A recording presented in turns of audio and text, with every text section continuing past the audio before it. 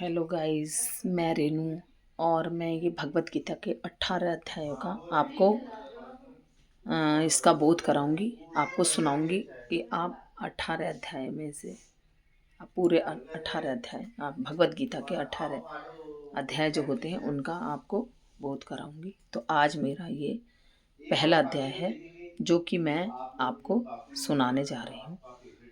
कृपया आप इसको ध्यान से सुनिए और समझिए। ये हमारी भगवत गीता का पहला अध्याय है जो मैं आप तक पहुंचाना जा रही हूँ। इस वीडियो के माध्यम से मैं आपको ये पहुंचाने जा रही हूँ। आप कृपया इसको ध्यान से और उससे समझिए। ये हमारी भगवत गीता है। शांताकारं भुजंगशयनं पद्मनाभ सुरेशम विश्वधारम गगनसदम मेघवर्णम शुभांगम लक्ष्मीकांतं कमलम योगी भी धन्य गम्य वंदे विष्णु भव्य हरम सर्वलोकैकनाथम। ये विष्णु भगवान जी का मंत्र है। ओम श्री गणेशाय नमः। आज मेरा ये भगवत गीता का पहला अध्याय है। श्री परमात्मा ने नमः। ओम श्री गणेशाय नमः। धृतराष्ट्र बोले, हे संजय, धर्म भूमि कुरुक्षेत्र में एकत्रित युद्ध की इच्छा वाले मेरे और पांडु के पुत्रों ने क्या किया? तो संजय बोले, उस समय राजा दुर्योधन ने व्यूह रचना युक्त पांडवों की सेना को देखकर और द्रोणाचार्य के पास जाकर यह वचन कहा, हे आचार्य, आपके बुद्धिमान शिष्य द्रुपद पुत्र ध्रुम द्वारा व्यूहकार की हुई पांडु पुत्रों की इस बड़ी भारी सेना को देखिए। इस सेना में बड़े बड़े धनुषों वाले तथा युद्ध में भीम तथा अर्जुन के समान शूरवीर, सात्विक और विराट तथा महारथी राजा द्रुपद, दृष्टकेतु और चिकितान तथा बलवान काशीराज, पुरुचित, कुंती भोज तथा मनुष्यों में श्रेष्ठ शैव्य पराक्रमी युधामन्यु तथा बलवान उत्तमौजा सुभद्रा पुत्र अभिमन्यु तथा द्रौपदी के 5 पुत्र, ये सभी महारथी हैं। हे ब्राह्मण श्रेष्ठ, आप अपने पक्ष में जो भी प्रधान है उनको आप समझ लीजिए। आप अपनी जानकारी के लिए मेरी सेना के जो सेनापति हैं उनको मैं बतलाता हूँ। आप द्रोणाचार्य भीष्म पितामह और तथा कर्ण संग्राम विजयी कृपाचार्य तथा वैसे ही अश्वत्थामा, विकर्ण, सोमदत्त का पुत्र भ्रूविश्रवा और भी मेरे लिए जीवन की आशा त्याग देने वाले बहुत से शूरवीर, अनेक प्रकार के शास्त्रों से सुसज्जित, सबके सब युद्ध में चतुर हैं। युद्ध में चतुर हैं। भीष्म पितामह द्वारा रक्षित हमारी वह सेना सब प्रकार से अजय है और भीम द्वारा रक्षित इन लोगों की यह सेना जीतने में सुगम है।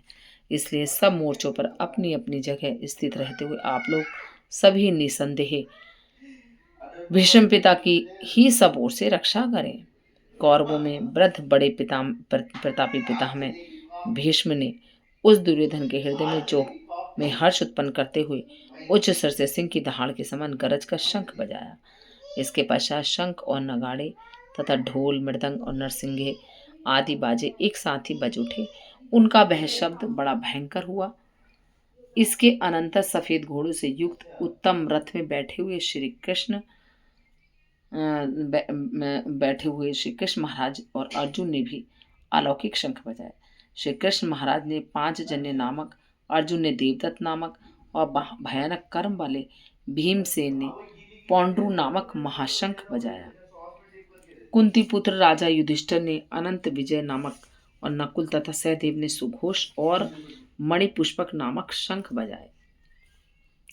शेष धनुष वाले काशीराज और महारथी शिखंडी एवं धृष्ट धुमन तथा राजा विराट और अजय सात्विक राजा द्रुपद तथा अपने द्रौपदी के 5 पुत्र और बड़ी बड़ी भुजा वाले सुभद्रा पुत्र अभिमन्यु, इन सभी ने हे राजन सब ओर से अलग अलग शंख बजाए और उन भयानक शब्द ने आकाश और पृथ्वी को भी गुंजाते हुए धरातृष्ट के अर्थात आपके पक्ष वालों के हृदय विदीर्ण कर दिए।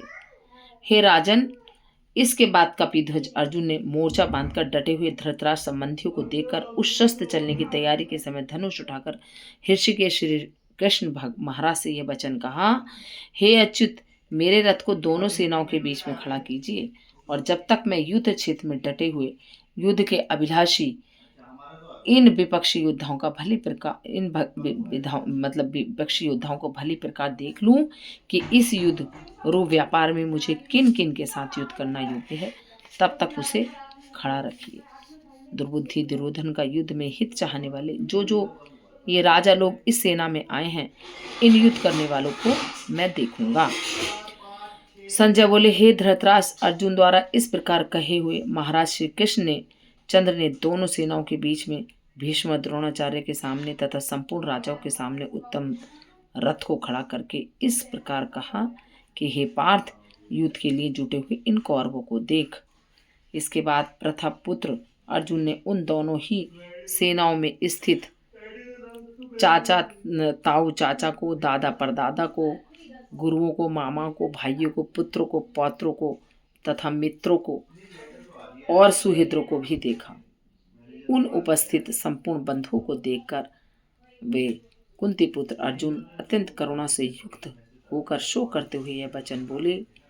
अर्जुन बोले, हे कृष्ण, युद्ध क्षेत्र में डटे हुए युद्ध के अभिलाषी इस स्वजन समुदाय को देखकर मेरा अंग शिथिल हो जा रहे हैं और मुख सूखा जा रहा है तथा मेरे शरीर में कंपन और रोमांच हो रहा है। हाथ से गांडीव धनुष गिर रहा है, त्वचा भी जल रही है, मेरा मन भ्रमित हो रहा है, इसलिए मैं खड़ा रहने को भी समर्थ नहीं हूँ। हे केशव, मैं लक्षणों को विपरीत ही देख रहा हूँ तथा युद्ध में स्वजन समुदाय को मारकर कल्याण भी नहीं देखता। हे कृष्ण, न तो मैं विजय चाहता हूँ और न ही राज्य तथा सुखों को। हे गोविंद, हमें ऐसे राज्य से क्या प्रयोजन अथवा ऐसे भोगों से और जीवन से क्या लाभ। हमें जिनके लिए राज्य, भोग, सुख आदि भी अभिष्ट है, वे ही सब धन और जीवन की आशा को त्याग कर युद्ध में खड़े हुए हैं। गुरुजन, ताऊ, चाचे, लड़के और उसी प्रकार के दादे, मामे, ससुर, पौत्र, साले और भी संबंधी लोग हैं। हे मधुसूदन, मुझे मारने पर भी अथवा तीनों लोगों के राज्य के लिए भी मैं इन सबको मारना नहीं चाहता। फिर पृथ्वी लोक का तो कहना ही क्या है। हे जनार्दन, धृतराष्ट्र के पुत्रों को मारकर हमें क्या प्रसन्नता होगी। इन आतायित को मारकर तो हमें पाप ही लगेगा।